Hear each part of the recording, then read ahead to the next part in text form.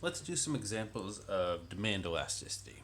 So there was an example I did in class, but I think it did not show up in the recording on Teams.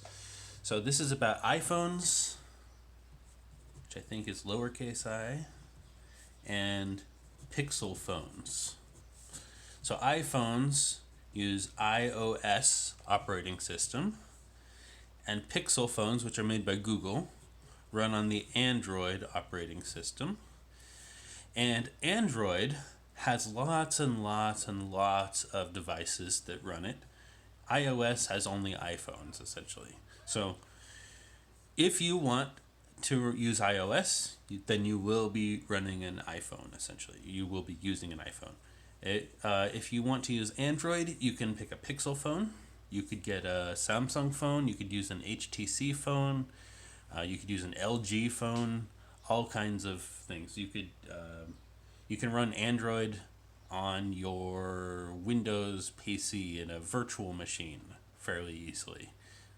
There are lots of options. Now, these are not the only two mobile operating systems, but they're the two largest. Generally, most phones are Android, and then there are a lot of iOS phones as well. So because of the way this market works, there are few substitutes for iPhones. Substitutes.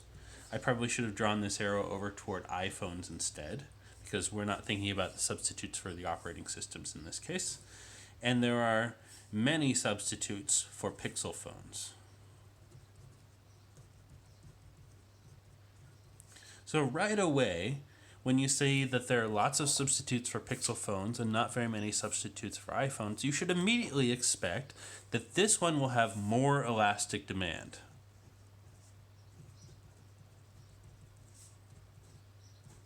And this one will have less elastic demand. Okay? Which means that this one will have a flatter demand curve, and this will have a steeper demand curve. And the reason, again, is that Pixel phones have a lot of substitutes. It's easy for you to switch to something else. And because we can just look at a graph and see that in the graph, it's helpful to draw it out. So here, let's suppose they have the same supply curves, which is sort of a silly assumption, but for the simplicity of this question, we're going to do that. Okay? And I'm going to say, well, Pixel phones, probably shouldn't have used the same color, they have more elastic demand, and iPhones have less elastic demand. Okay, so, how do we see that in the graph? Well, because there are lots of substitutes for Pixel phones, what that means is that when the supply shifts,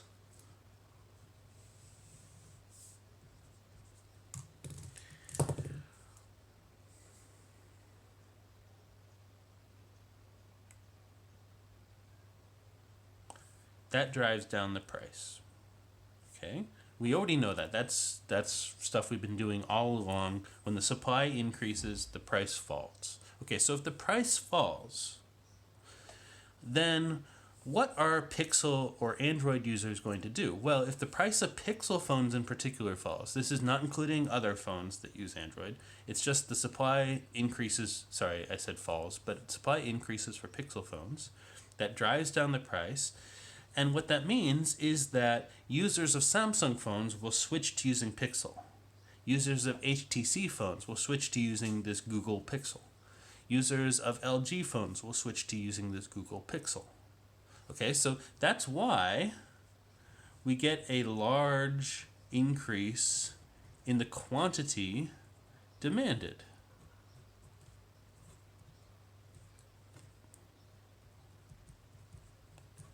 A large increase because people switch from using other alternatives.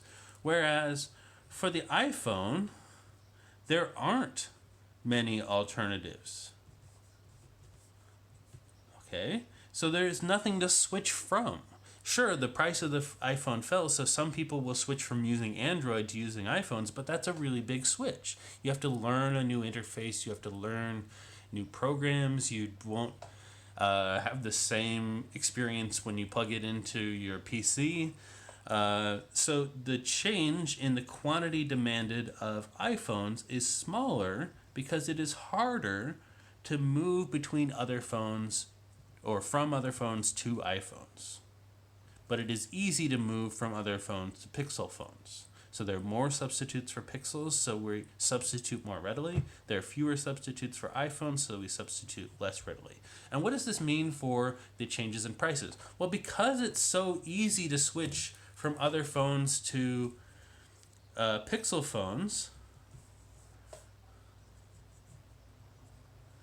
the quantity that we're buying explodes, right? We get a big increase. So the price doesn't fall as much. So that we get a small decrease in price. But because when we find a cheaper way to produce iPhones, we barely buy any more of them, the price for those falls a lot more. I didn't draw that very well. We'll just pretend that it was there. Okay. So the more elastic curve, the more elastic demand gives us a bigger change in the quantity demanded and a smaller change in the price when the supply shifts. So the change in the supply leads to a big change in quantity and that's an increase, and a small change in the price for an elastic demand. And a small increase in the quantity and a large decrease in price for inelastic demand. This isn't great mathematical notation, but I think it should be clear. So one thing that you can get out of this is to look at this and say, well, iPhone users and Apple users in general are thought of as being very loyal. Okay? Now, we have an alternative theory here. So in science, we come up with theories that explain data, and then we test those theories. So when we have multiple theories that explain the same data, then we can't really differentiate between them. So it may be the case that iPhone users are very loyal to Apple. It's possible. But it may also just be that there aren't a lot of substitutes for iPhones. So maybe it's not that Apple users really love Apple and will give their souls to Apple and have shrines to Steve Jobs. Maybe it's just that there aren't a lot of substitutes for iPhones. So when the price goes up, suppose the supply goes this way, they won't reduce their purchases very much. So if the supply went this way,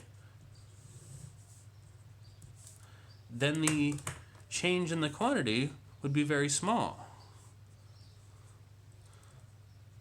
Right? So they're not going to reduce their purchases very much. So in a lot of lay discussions of this, so most people would say something like, Apple users will pay whatever price they're asked to pay, or they'll pay anything. They won't really pay anything, but they will pay a lot more for the same quantity when the supply falls than Android users would. So if the Pixel supply falls like this, then the price of the Pixel doesn't go up quite as much as the price of the iPhone. The iPhone price goes up a lot, and the Pixel price only goes up a little. Okay, so that would be another way of saying what people really mean when they say that Apple users will pay anything. They won't really pay anything, but they will pay more. Okay, and that's another way of explaining their loyalty.